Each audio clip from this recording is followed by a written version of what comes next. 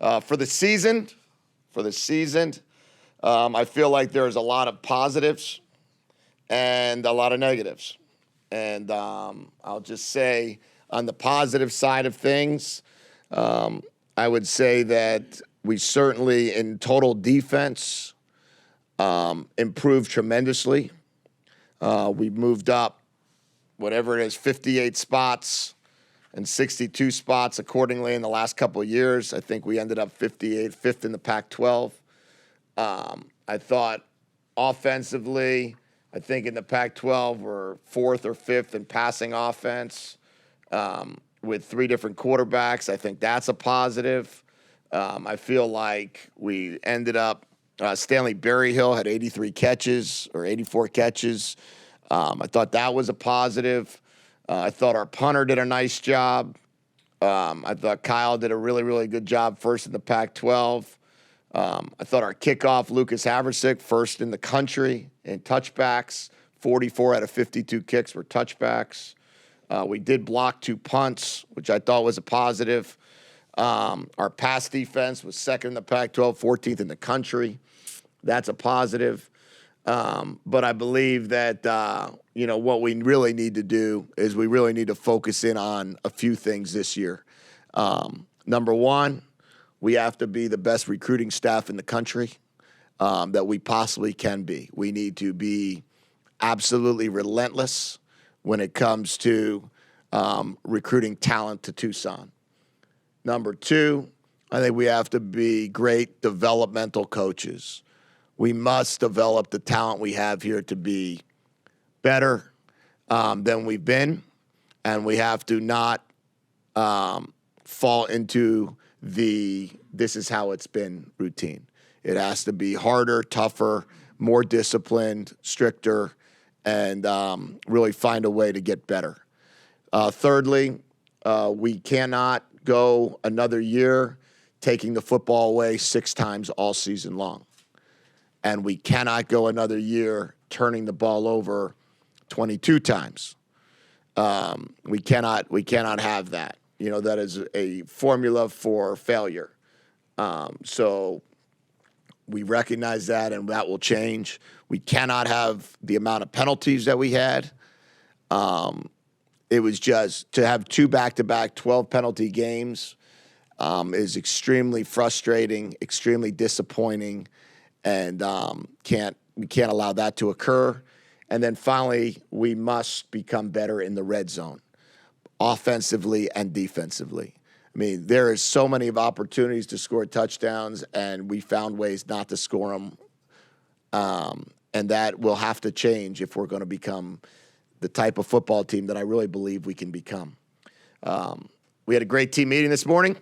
Talked to the team about that.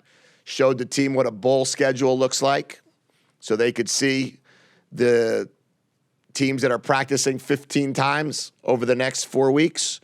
We're not permitted to practice any with coaches. The teams that are lifting 8 times, we're not permitted to require any. So how do you get better when you have teams that are practicing 15 times and you're practicing 0, teams that are lifting 8 times and you're practicing 0, and then on January 12th when you return back, you got teams that had a major advantage. A, they had a better record, and B, they were able to take advantage of a December. So we challenged our team to create their own bowl schedule. There's no rule that says that our players can't figure out what they need to do to win and what they need to do to have a great December.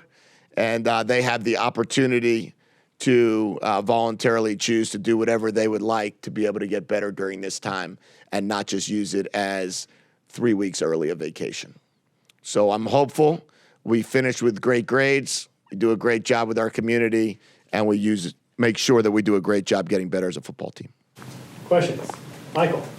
There was some sort of incident with a Browns crew member yesterday before the game. What did you see? What do you know about that?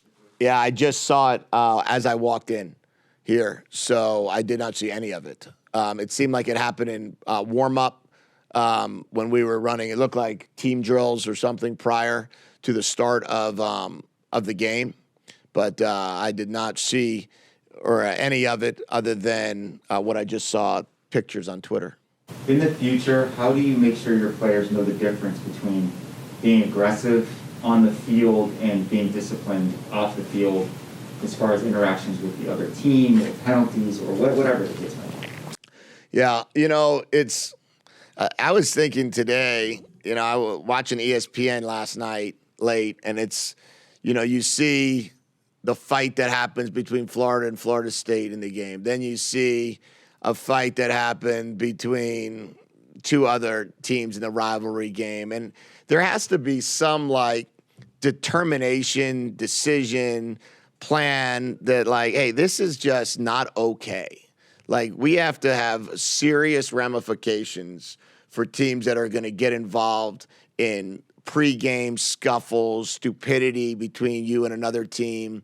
It's not what you do. These guys they all want to say they want to be NFL players, and then they turn around and get in ridiculous fights before a game because of a thought that they're supposed to do that because it's a rivalry game. But in the other 11 games, they wouldn't even consider doing it. So I don't know the exact answer to that, but I do know that it will certainly be addressed, not just with our team, but I believe it should be addressed to the point that some of them that was going on yesterday were just absurd. You'd see more highlights of fights in rivalry games than you do the highlights of the good football. Oregon State had one I think I saw. As a matter of fact, that was another one that I saw. And you just hope that you just see good football on rivalry Saturday and not see the extracurricular nonsense. Yeah, I think we're able to sign up to 23. That is what our recruiting number permits this year. And then with the new transfer rule, anybody that transfers after December 15th, you then receive that spot back, and then you could sign up to an additional 7 players, high school or transfer.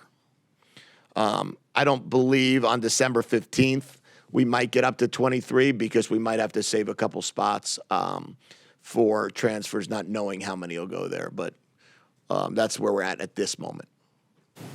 Justin? Also, do you think adding high school guys is going to be a light class because of the transfer portal and how you guys are going to attack that?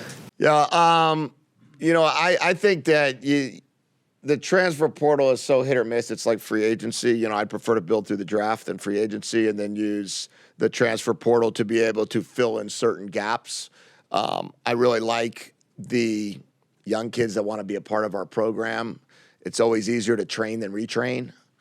And as we're trying to establish a certain culture, my hope and belief would be to be able to use as many high school seniors that have won championships and been a part of championship-like programs to infiltrate the locker room and then be able to grab a few here or there from the portal. But I don't envision it being as much portal as it is high school.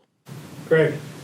How different is the experience of calling plays without having a head coach to go through?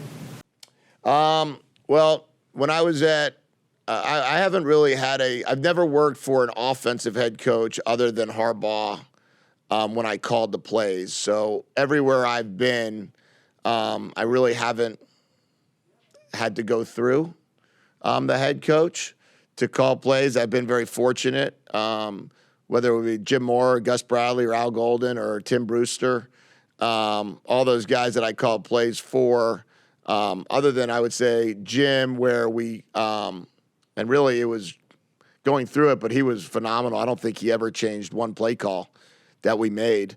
I think the only difference sometimes is you might say something like, hey, you good with me running a double pass here, where, maybe I just called it the second play of the game or something to that effect. But I do try to go through the staff on some of those things and try to, hey, you guys comfortable with this? Everybody good with that? And but it's the biggest difference is just when you're not up in the press box and you're calling it from the sideline, which I did at UCLA and at the Jacksonville and some of the other places, Miami. You do have less time to think, and you got to be able to kind of make sure you're on top of your game.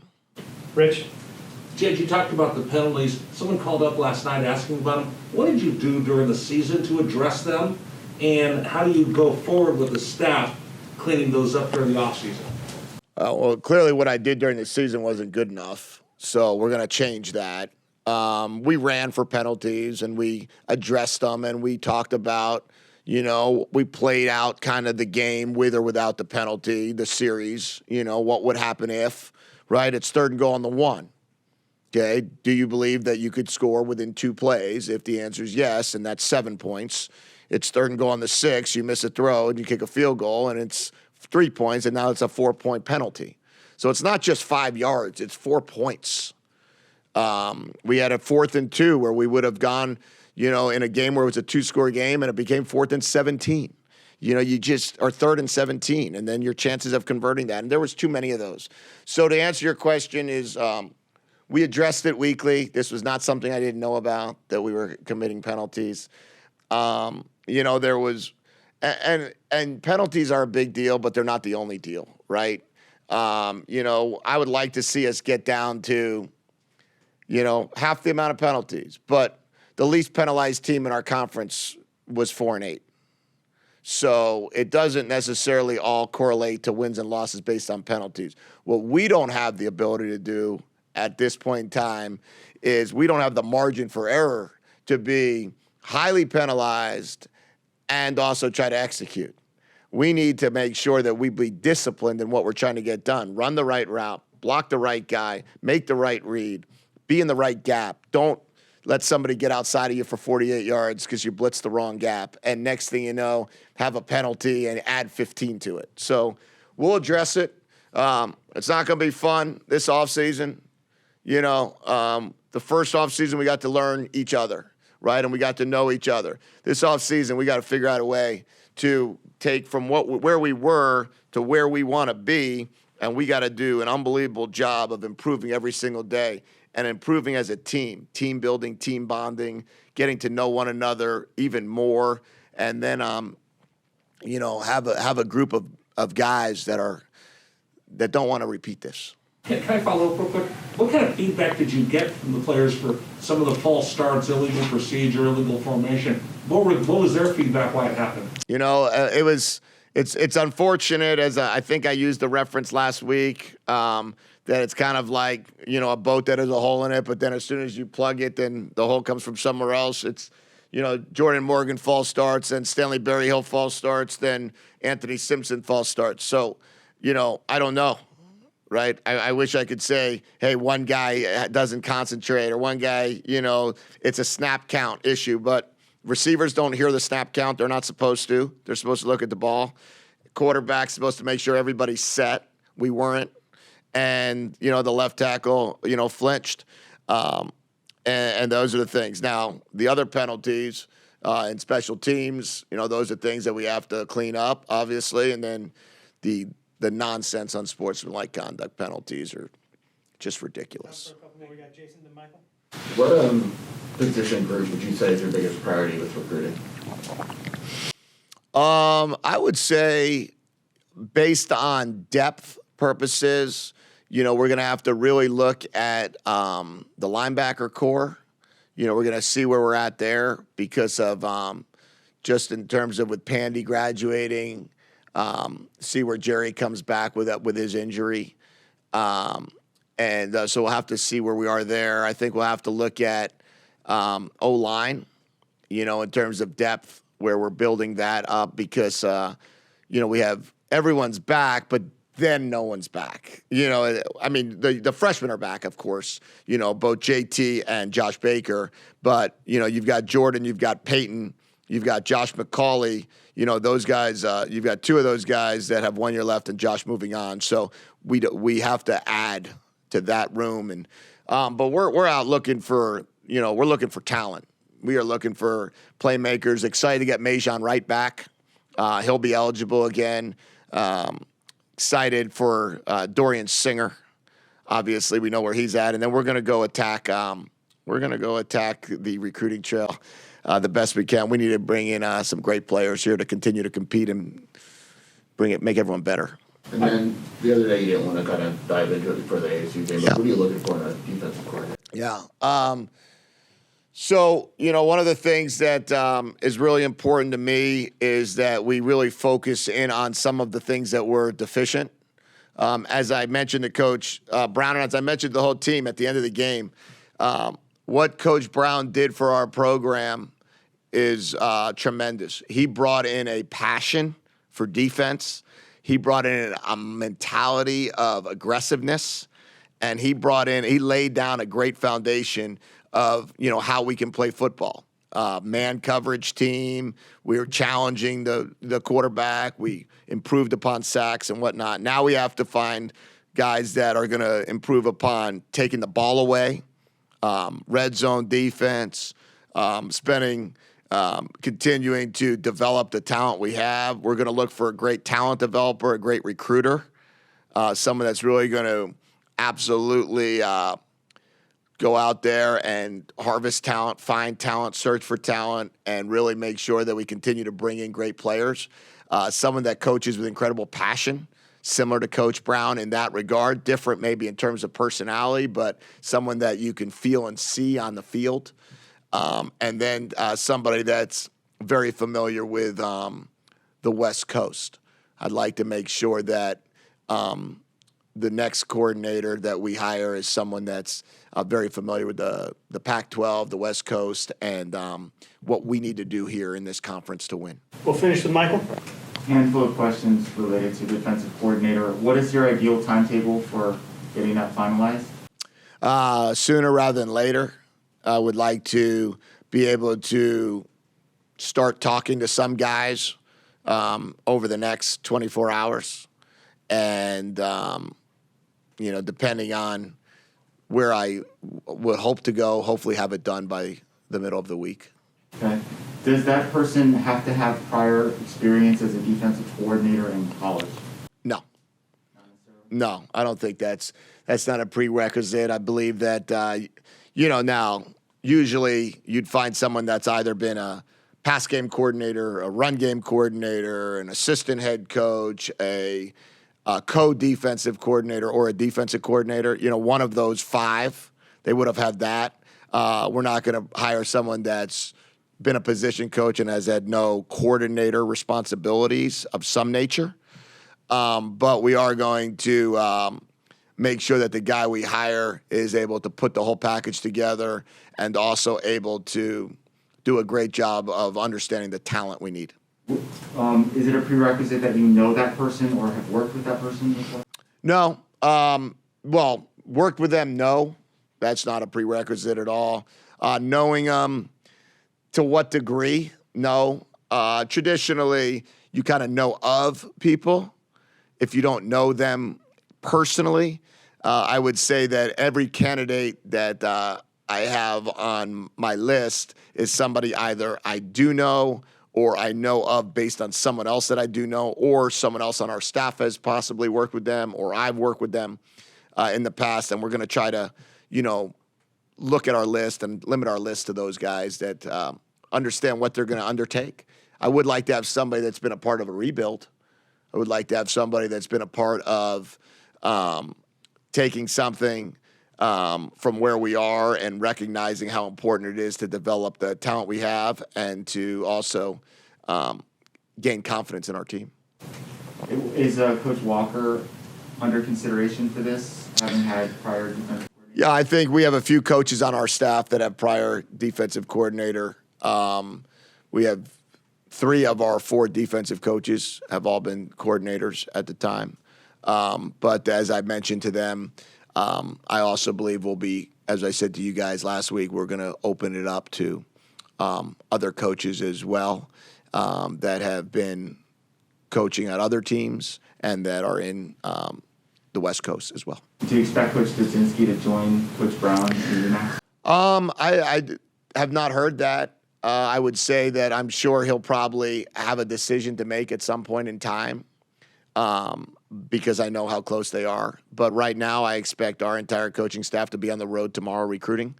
Actually, I think I saw a lot of them walking out with their collared shirts and their hangers right now. So I believe that we will be we will be hitting the states hard, and all 9 guys will be out there. 11 states that you're going to.